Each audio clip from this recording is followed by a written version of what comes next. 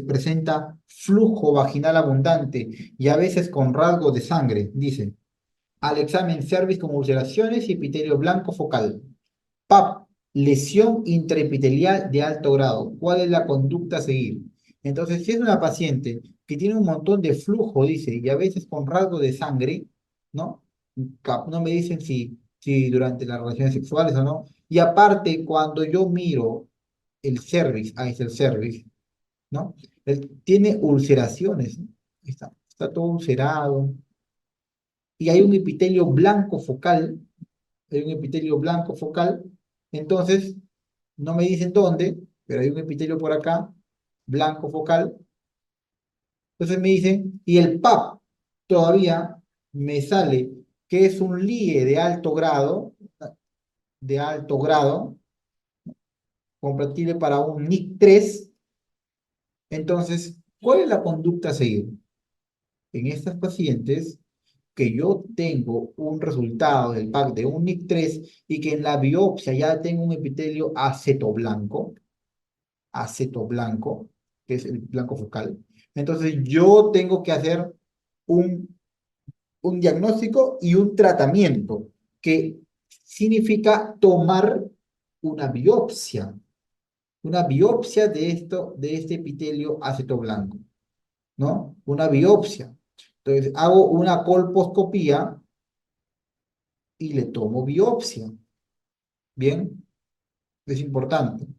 Porque en la biopsia, ese es el resultado del PAP, en la biopsia va ahí es donde me va a decir si ese LIE de alto grado es compatible con este NIC3. Porque puede salir LIE de alto grado, pero en la biopsia me sale NIC1, ¿no? O no me sale nada. Entonces, yo igual la sigo observando a los 6 meses y le vuelvo a pedir, ¿no? Entonces, eh, tiende a pasar. Por ende, uno tiene que hacer una colposcopía más biopsia. ¿Qué pasaría si ahí vuelve a corroborar que es un NIC3? Entonces, si corrobora que es un 3, ya tiene que hacer un cono, ¿no? Una conización. Puede ser un cono LIP, ¿no? Que en este caso es con asa térmica, con una asa térmica. Gestante, 29 años y 10 semanas de edad de gestación.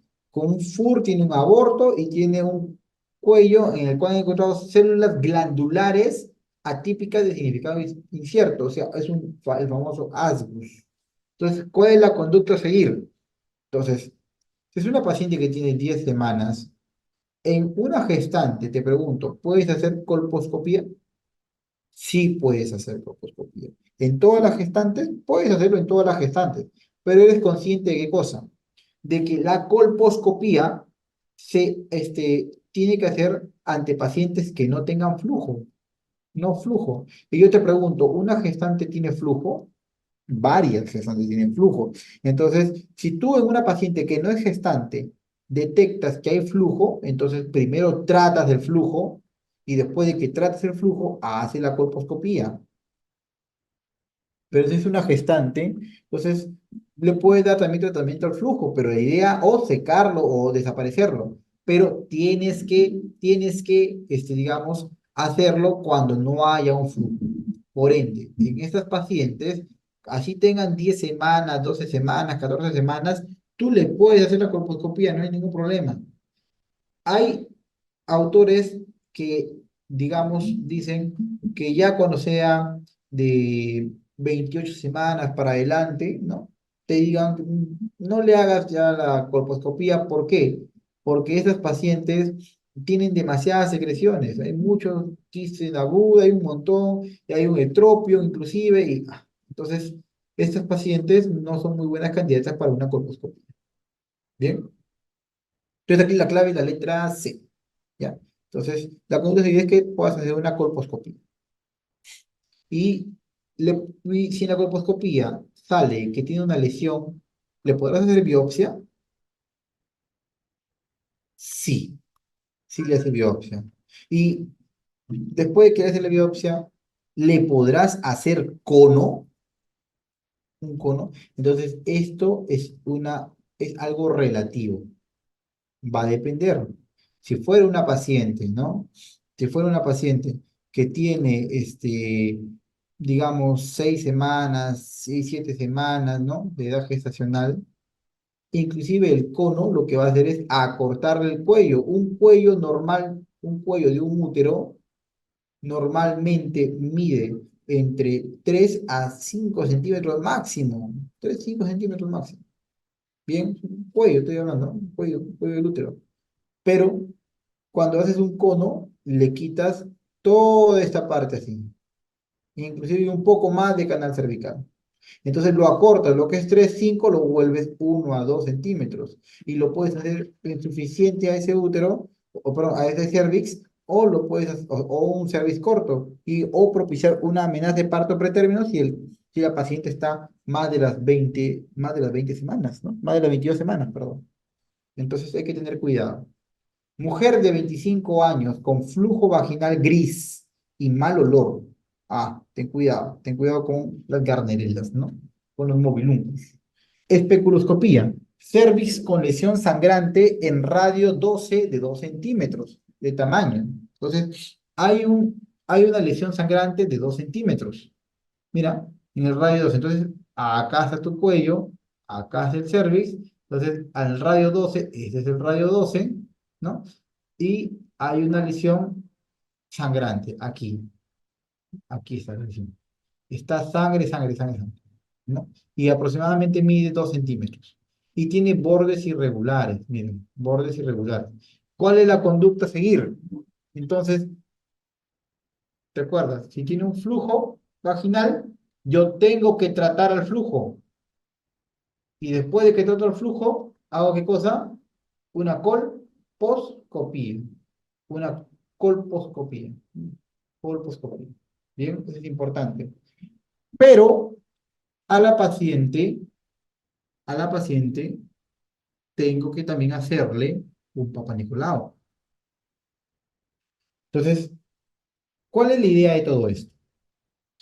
En el Papa Nicolau, es un procedimiento de tamizaje, ¿no? Se lo deberían hacer todas las pacientes anualmente, su Papa Nicolau, ¿no? Claro está, ¿no? Se lo deberían hacer. Y si no se hacen eso, al menos la medición sérica del virus del papiloma humano, pero de alto riesgo, ¿no? El 16, 18, 31, 33, 35, etcétera, ¿no? Entonces, tienen que hacerse la medición sérica del BPH, o llamado el test de Covas, ¿no? Es el test de Covas, el famoso test de Covas, la medición sérica del virus del papiloma humano de alto riesgo. Entonces, o ese camino es el que va cuando estoy hablando de tamizaje. Pero cuando se habla de tamizaje, medida de prevención primaria, recuerden, salud pública, cuando la paciente no manifiesta una enfermedad, ¿no? Y pues, yo quiero saber si la paciente, cómo prevenirle una enfermedad. Pero acá tengo una paciente que ya tiene una lesión, que ya está sangrando y es irregular y tiene características malignas, entre comillas, ¿no? O sea, o de alarma, por decirlo así. Entonces, ¿qué tengo que hacer? De frente, una colposcopía. Y si se puede, su biopsia. Su biopsia. ¿Bien? No se olviden, no vayan ahí no vayan por paso, ahí tienen que ser agresivos. ¿En cuál de las siguientes alternativas se debe solicitar colposcopía? Entonces, las pacientes que tengan metaplasia escamosa, entonces, ¿en qué pacientes van a tener metaplasia escamosa? Recuerda que ahí está el cuello, ahí está. Entonces, esto que está acá es el orificio cervical externo. Y por dentro, en un corte transversal, ahí está, en un corte transversal, este es el orificio cervical externo, y ahí está el útero ahí está. Este es el orificio cervical interno. Entonces, esto que está acá, esto es el endocervix, el endocervix. Y esto que está acá es el exocervix, ¿no? Todo esto, exocervix. Listo. Entonces, hay una zona de endocervix con exocervix. este punto, ¿no? Ese punto. Este punto es importante porque este punto es la denominada zona de transformación. Es la zona de transformación. A veces cuando el endocervix sale, entonces la zona de transformación se desplaza para el lado, para acá o para acá, como quieras hacerlo, ¿no? Se desplaza más acá y el endocervix salió, mira, ve, el endocervix salió. Y acá está, este es el exocervix, ¿no? Entonces sale y por acá y se forma un ectropio, todavía inclusive, no se ve bien rojito, rosadito. Y la zona de transformación que antes era por acá, ahora se cambió acá, ¿no? Pero posteriormente esto que es moco o células, perdón, células, digamos, de la mucosa del endocervix, se van queratinizando y se van volviendo como las células del exocervix. Eso se llama metaplasia. La metaplasia escamosa es que el endocervix o la capa del endocervix se vuelve exocervix, ¿no? O mejor dicho, en histología, lo que era célula, digamos, de un epitelio, epitelio cilíndrico, o columnar, monoestratificado cilíndrico, se cambie a un epitelio poliestratificado plano, ¿no? Sin queratina, claro está, ¿no? Entonces, esto se llama metaplasia escamosa, ¿bien? ¿No? Porque de una sola columna, ahora se vuelven múltiples columnas, con muchas células que son células planas, las planas, ¿bien? Entonces, lo normal es, ¿podemos encontrar una paciente metaplasia escamosa? Claro, podemos encontrar, no hay ningún problema. Podemos encontrar una cervicitis aguda también, y por eso no le voy a hacer colposcopía. Podemos encontrar células endometriales, o sea, del exocervi deberían ser, más que endometriales, ¿no? Entonces, hay que tener cuidado con eso. Pero, si nosotros encontramos una lesión de alto grado, allí sí tenemos que hacer colposcopía. Todo LIE de alto grado, ¿no? Se hace colposcopía. Toda lesión intraepitelial de alto grado se hace colposcopía. Esto es un diagnóstico que te lo da el PAP. Y en la colposcopía le hacemos biopsia y en la biopsia te da el diagnóstico de los famosos NIC. Uno, dos, tres. Bien. O carcinoma in situ. In situ. Muy bien. Entonces, vamos a hacer un par de preguntas más. En un estudio de colposcopía, ¿cuál es un hallazgo normal? Entonces, en una paciente que tiene que se le hace una colposcopía, encontrar zona de transformación tipo 1 es normal, zona de transformación tipo 2 también es normal. ¿Qué son esas zonas de transformación de tipo 1, tipo 2, tipo 3? Entonces, vamos a dibujarlo. Si nosotros en una colposcopía encontramos que la zona de transformación está aquí, ahí está, esa es la zona de transformación. Entonces, mira, esa línea, esa es la zona de transformación. Eso será la zona de transformación tipo 1 porque está, literal, está lejos del óseo.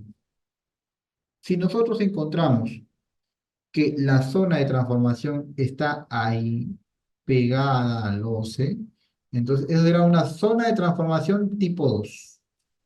Si nosotros encontramos o no encontramos, perdón, la zona de transformación, entonces probablemente esté por dentro, la zona de transformación, por dentro, y no la vemos.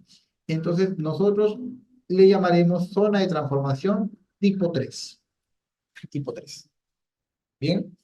Pero te pregunta cuál es un hallazgo anormal, ¿no? Y recuerden que encontrar una zona de transformación tipo 1 es normal en una paciente que es en edad fértil, una mujer en edad fértil. Pero una zona de transformación tipo 2 en una paciente que está en la perimenopausia. Perimenopausia. Y una zona de tipo 3 es fácil encontrar en una paciente que es una niña, ¿no? O jovencita o prepuber, ¿no? O una paciente posmenopáusica, posmenopáusica. ¿Bien? Entonces, normal. Bien. Este, encontrar un epitelio cilíndrico. El epitelio cilíndrico, ¿de dónde era? Del endocervix, ¿no? Del endocervix. Y a veces ese endocervix cuando sale, te da epitelio cilíndrico, se pinta de rosadito, bien rojito, ¿no? Y es normal, ¿no? Es normal a veces encontrarlo, ¿no? Entonces, aquí la clave es un epitelio no captador de yodo. ¿Por qué? Entonces, aquí viene básicamente la pregunta, ¿no? Mira, yo sé que muchos de nosotros hemos hecho cuando hemos estado en primaria y en secundaria, hemos hecho la prueba, nos decían llevar una papa, ¿no? Una papa y el yodo, ¿no? Nos decían, métele yodo a la papa y la papa se tornaba de un color, perdón, ¿no? De un color marrón, ¿no? Ahí está. Marrón caoba, ¿no? Ahí está. Un color marrón. Listo. Esto era debido básicamente ¿a qué? Al glucógeno. Al glucógeno. Las células que más tengan glucógeno, se van a teñir más oscuras. Las células que no tengan glucógeno, pues no van a captar y van a quedar color pardo o color amarillo azafrán. Entonces, en un epitelio, en un cervix, el, la parte externa, que es el exocervix, es normal, ¿no? Es normal que yo lo vea de color marrón, si yo le pongo yodo. Es normal, porque el epitelio poliestratificado plano sin queratina tiene un montón de glucógeno, o de reserva de, digamos, de glucógeno. O de, ¿no? Si es un almidón, almidón, pero acá sería glucógeno. Y en cambio, el endocervix tiene, tiene poca cantidad de glucógeno. Entonces se ve como que un color medio más que rosado, más blanquecino, ¿no? Más blanquecino. Pero un tejido neoplásico, recuerda que el tejido neoplásico tiene la función de generar un montón de proteínas. ¿Por qué? Porque la neoplasia lo que quiere es seguir creando o seguir invadiendo más. Entonces necesita el dogma central de la biología, que es generar de ADN, perdón, de ADN, ARN, síntesis de proteínas. Entonces necesita más proteínas, pero para generar todo eso que necesita combustible y por ende necesita un montón de glucógeno o glucosa, o en este caso, moneda energética. Y por ende, los depósitos de azúcar están disminuidos. Entonces, en una célula neoplásica, yo no voy a captar el yodo. ¿Por qué? Porque ya no hay casi nada de azúcar. Se está sintetizando tantas proteínas que no hay nada de azúcar. Es por eso que en estas células se ve el color amarillo azafrán. Azafrán. Entonces, si el yodo pintara, entonces es un yodo positivo. Es un yodo positivo, ¿no? Este, pero, sí, bueno, o Lugol es lo mismo, yodo o Lugol. Lugol positivo. Que es lo mismo decir Schiller negativo. Pero en la célula neoplásica, el yodo no tiñe. Entonces será un yodo negativo o también llamado Schiller positivo. Test de Schiller positivo. Entonces, en resumen, cuando uno hace el test de Schiller, que es colocar Lugol, ¿no? En el cervix, ¿no? Entonces, uno, si encuentra yodo positivo o Lugol positivo o Schiller negativo, significa que ha encontrado probablemente todo normal. Pero si es una lesión que es yodo negativa, ¿no? O Schiller positivo, que es lo mismo, o amarillo azafrán, te describe la lesión, entonces ese es algo anormal. Entonces, los epitelios no captadores de yodo son anormales. Bien, listo. Paciente de 36 años que acude por sangrado vaginal postcoital recurrente y flujo vaginal maloliente que no sigue tratamiento. En el Papa Nicolau se encuentra lesión intraepitelial escamosa de alto grado. ¿Cuál es el siguiente paso diagnóstico? Entonces, a ver, vamos a colocar por acá. Ese puntero. Bien. Entonces, es una paciente que dice, es joven, es una mujer en edad fértil, no te olvides, fértil, tiene sangrado vaginal poscoital recurrente. Entonces, la causa o lo más importante a descartar siempre es un NM de cervix. NM de cervix. Y flujo vaginal que huele mal, dice, y no sea tratamiento. Entonces, con mayor razón, tenemos que descartar un NM de cervix. ¿Por qué razón? Porque recuerda que los NM de cervix y que al final, y que son de ya de grado más avanzado, tienden a causar un flujo vaginal con mal olor, dado las putrefaxinas y cadaverinas que se generan. Entonces, dice, el Papa Nicolau encuentra una lesión intraepitelial escamosa de alto grado. Es un LIE de alto grado. Entonces, yo tengo un LIE de alto grado que no está aislado, sino está también, le he encontrado un sangrado postcoital. La razón por lo que yo tengo que hacerle, ¿qué cosa? Una colposcopía. Doctor, pero no tengo que hacerle un test de Covas, ¿no? No, tengo que hacer una colposcopía. ¿Por qué? Porque esta paciente ya tiene un líder de alto grado y con este, digamos, este antecedente, ¿no? Que en ese caso es el sangrado. En la colposcopía, yo tengo que hacer qué cosa más? Agregarle una inspección visual de ácido acético y un test de Lugol, ¿no? Un test de Lugol, para saber si hay alguna lesión, en qué radio está, y luego de eso recién realizar la biopsia dirigida hacia esa lesión. Bien, listo. Para una mujer de 38 años con un Papa Nicolau que te dice que hay un NIC 3 que acude al especialista para su manejo, ¿cuál es la conducta a seguir? Entonces, mira, estoy teniendo una paciente que tiene más de 35 años, que tiene un NIC 3, ¿no? Un NIC 3, y me dicen, ahora, ¿qué más debo hacer? Esta paciente, yo no sé si tiene hijos, no tiene hijos, capaz no tiene deseo genético, no lo sé, pero lo que yo trato de hacer es tratar de poder localizar la lesión, es decir, yo ya previamente ya le he hecho una colposcopía, he visto que la lesión está aquí, he visto que esta lesión es NIC 3, entonces yo digo, ni modo, tengo que sacarle esta parte del cuello, ¿no? ¿Para qué? Para preservar su fertilidad, para preservar la fertilidad, ¿no? O el útero. Entonces, mi primera intención no es sacar un útero, mi primera intención es, dada la lesión que está confinada al útero y que todavía no es maligna, pero puede evolucionar a un mayor grado de malignidad, entonces tengo que hacerle un cono.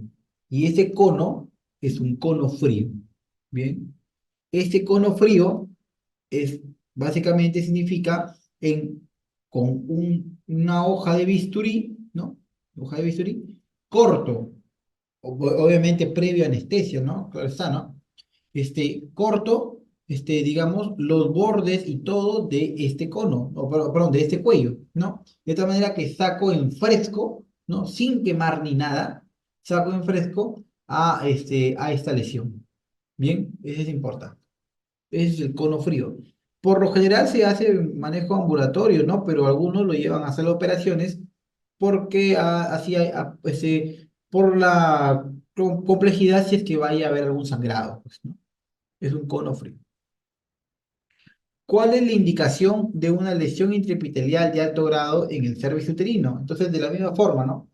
Cuando yo tengo un LIE, yo lo que tengo que hacer es un cono cervical, ¿no? Ya tengo un LIE de alto grado, ¿no? Que yo ya le hice, ya le hice colposcopía, ¿no? Y he corroborado que ahí está el LIE, entonces tengo que hacerle un cono, una conización. Una pregunta antigua, pero que siempre se viene repitiendo, ¿no? En estos LIEs no se tienden a hacer por lo general un cono lip, no. Los cono lip lo reservan por lo general cuando son para NIC2 persistentes, por ejemplo, ¿no? Mujer de 36 años, sin hijos, casada recientemente. Se le detecta un cáncer de cervix. Mira, y es importante, no tiene hijos, pero tiene un cáncer de cervix. Estadio clínico FIGO 1A. ¿Qué procedimiento le recomienda?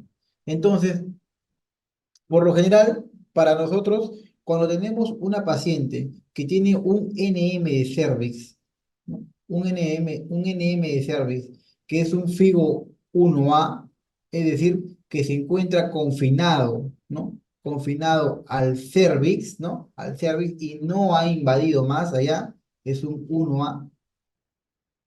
Entonces, por lo general, lo que nosotros recomendamos es tratar de forma conservadora ello. No estamos para sacar un útero, porque para sacar un útero deberíamos estar por encima del 1B, ¿no? Entonces, en esta paciente que tiene un cáncer que está delimitado, un cáncer FIGO 1A, solamente sacamos la porción de todo el cuello con la porción del canal cervical, no en su totalidad. Eso también es una conización cervical. ¿Ya? Igual, ¿no? Podemos hacerle con un cono frío, claro está. Entonces aquí la clave es la letra E. Es un cono cervical lo que tengo que realizar. No damos radioterapia, histerectomía, no, histerectomía abdominal, como ya les dije, posterior encima de 1B2, y la radioterapia no la hacemos porque eso es cuando ya es un grado más avanzado, ¿no? Con las histerectomías radicales. Histerectomía radical se refiere a sacar un útero y ampliar esa extracción a vagina, al tercio superior de la vagina tenemos que sacarlo. Un legrado endocervical significa raspar, ¿no? Es decir, hacer un curetaje, ¿no? De toda la capa del endometrio, ¿no? Del útero, claro está. Pero en este caso solamente quieren raspar todo lo que es el canal. Y no, pues, está contraindicado esto más bien. Porque tú al estar haciendo este raspado en el canal, vas a esparcir más bien la lesión. No se debería hacer. Bien.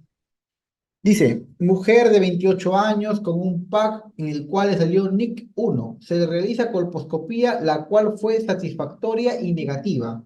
¿Cuál es el próximo paso a seguir? Entonces, el 80-90% de las pacientes que tienen NIC 1 clarifican y al final, al año y después prácticamente ya no tienen NIC. Es decir, han tenido el BPH, han tenido una infección por papiloma humano, este, pero se limpió y se clarificó. ¿Y qué? Pues ¿de qué dependió eso? De la nutrición de la paciente, de los hábitos sexuales también que tenga, etcétera. Entonces, simplemente se limpió. Todos, quizás todos en alguna vez hemos tenido algún BPH, ¿no? Pero se ha clarificado, ¿no? Entonces dice, ¿cuál es el próximo paso a seguir? Entonces, a esta paciente que tiene un simple NIC 1, nosotros le vamos a controlar. El control inicialmente es en 6 meses y después se hace controles anuales. Bien, listo. Esto por lo general, es importante hacerlo por 2 años. Mujer de 54 años que acude por presentar sangrado vaginal postcoital. Al examen se encuentra una tumoración cervical que afecta el tercio inferior de la vagina sin compromiso parametrial. ¿A qué estadio clínico de la clasificación FIGO para cáncer de cuello corresponde? Entonces, este es Esta es una tabla, no es necesario que te aprendas toda la tabla, no es necesario, creo. Entonces, solamente con que recuerdes algunas cositas, ¿no? Que hay que ver, ¿no? Entonces, si yo tengo una paciente que tiene, mira, y eso es importante que lo vean, esa es la clasificación TNM, en donde se encuentra, aquí solamente trata T, ¿no? De tumor, ¿no? Entonces, el T1 es aquel cáncer de cuello que está confinado al útero, ¿no? O sea, el cáncer de cuello se encuentra básicamente confinado al útero. Y dice, la extensión del cuerpo no debe ser tenida en cuenta. Bien, el T1A, bueno, perdón, el T2, perdón, es aquel cáncer de cuello que invade más allá del útero, pero no compromete la pared pélvica o el tercio inferior de la vagina. Entonces, no te olvides, el T1 solo está al útero. El T2 va más allá del útero, pero no va a la pared pélvica, ni al hueso, ni a nada, ni al tercio inferior de la vagina. El T3 es aquel que ya llega a la pared pélvica, ¿no?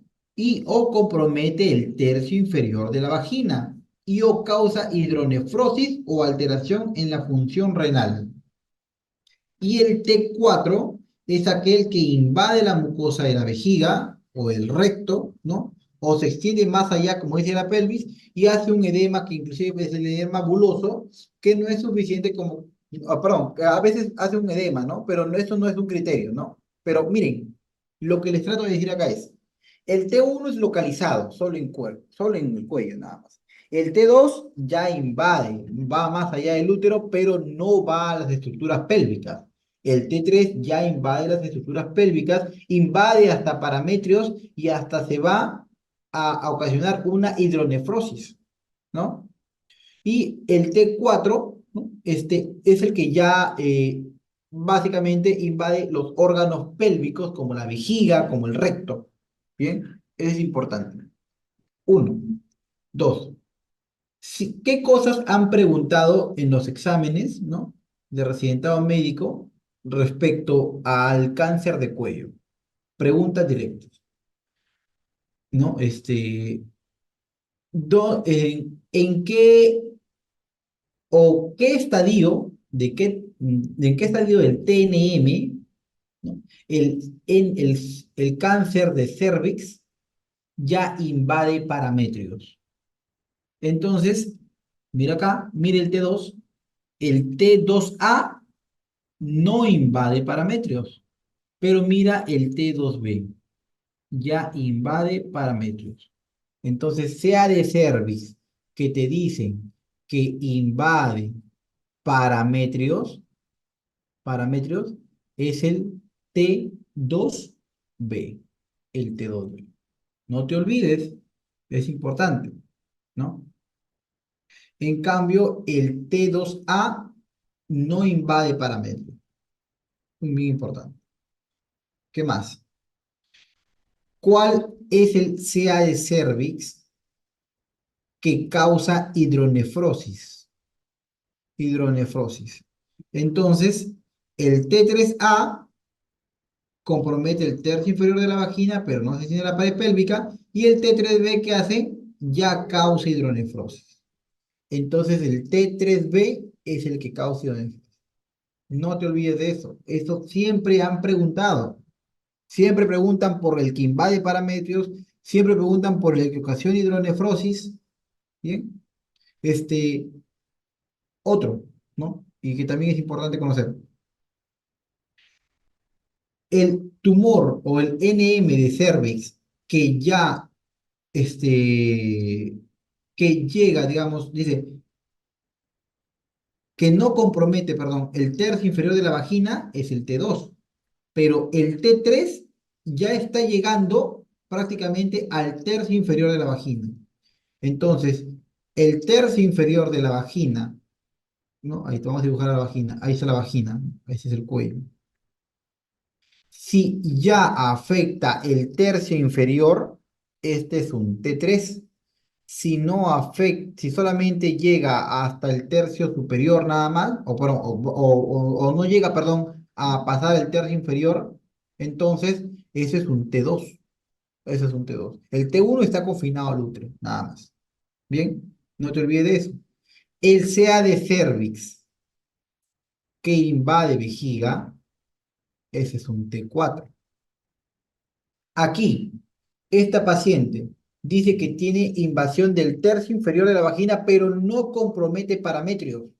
Entonces, el que afecta al tercio inferior de la vagina dice sin compromiso parametrial. No, ya no hay parametrios. Entonces, obviamente va a ser un 3A.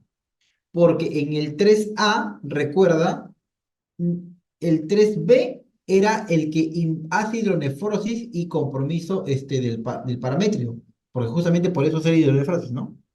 Pero el T3A no compromete, ¿no? No compromete los parametrios, no se extiende a la pared pélvica, pero sí se extiende al tercio inferior. Entonces, ten cuidado con marearte con esas preguntas. Todo lo que sea tercio inferior de vagina, ese es T3. Listo, ya, aquí tienes clave T3A, T3B. Entonces, si no compromete y no hace hidronefrosis y no compromete parámetros ni decisión pélvica, es T3A. Pero si invade, compromete parámetros, hace hidronefrosis, T3B. Ni modo. Entonces, la clave ahí es 3A, ¿no? Igual, de la misma forma, el carcinoma que se extiende fuera del cuello uterino ya no es un 1, pero no a la pared pélvica, puede ser un 2, puede ser también un 3, afecta la vagina, ¿no? Afecta la vagina, entonces, pero no hasta el tercio inferior. Entonces, recuerda, ya, mira, no es hasta el tercio inferior, entonces solamente en la parte superior. Entonces, eso es un 2 sin compromiso parametrial evidente. Entonces, ese es un 2A. Claro, porque los dos, en el TNM, los que son tipo 2 o estadio tipo 2 van hacia, no invaden el tercio inferior de la vagina, no invaden el tercio inferior de la vagina. Bien, no invaden el tercio inferior de la vagina. No se van a la pared pélvica. Bien, y tampoco hay un compromiso parametrial. Eso es importante. Entonces, nuevamente para que puedan recordar, en el T2A hay un tumor que está yendo más allá del útero, no compromete ni la pared pélvica ni el tercio inferior de la vagina y tampoco hay invasión de parametrios. Pero en el 2B ya hay invasión de parametrios. Entonces, acá, si hubiera dicho con, sería 2B. Pero como te dice sin, es 2A. Un 2A es sin parametrios, no te olvides. Un 2B es con parametrios, ¿bien? Con parametrios. ¿Cuál de las siguientes alternativas constituye un factor de riesgo para cáncer de cervix? Entonces, ahí hay un montón de factores de riesgo, pero obviamente hay varios que se descartan, ¿no? Si la paciente ha tenido un compañero sexual único, no, pues no tiene que ser compañero, parejas múltiples. Entonces, obviamente, aquel que resalta, y sobre todo por el grado de epitelización, es el tabaquismo. El tabaquismo lo que hace es eso, ¿no? Promueve, digamos, o digamos, es un factor de riesgo porque actúa sobre la zona de transformación, ¿no? Sobre la zona de transformación y la hace más propicia a que el virus o el VPH pueda, digamos, invadir con mayor facilidad esta zona. Entonces, la clave es la letra A.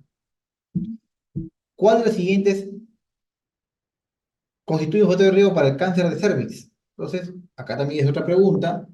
En factores de riesgo, entonces, el que tenga un alto nivel socioeconómico, no, al contrario, el que tenga un bajo nivel es un riesgo para sea de cervix, ¿no? Una baja paridad, no, al contrario, una alta paridad. Una promiscuidad sexual, claro, eso se contradice, ¿no?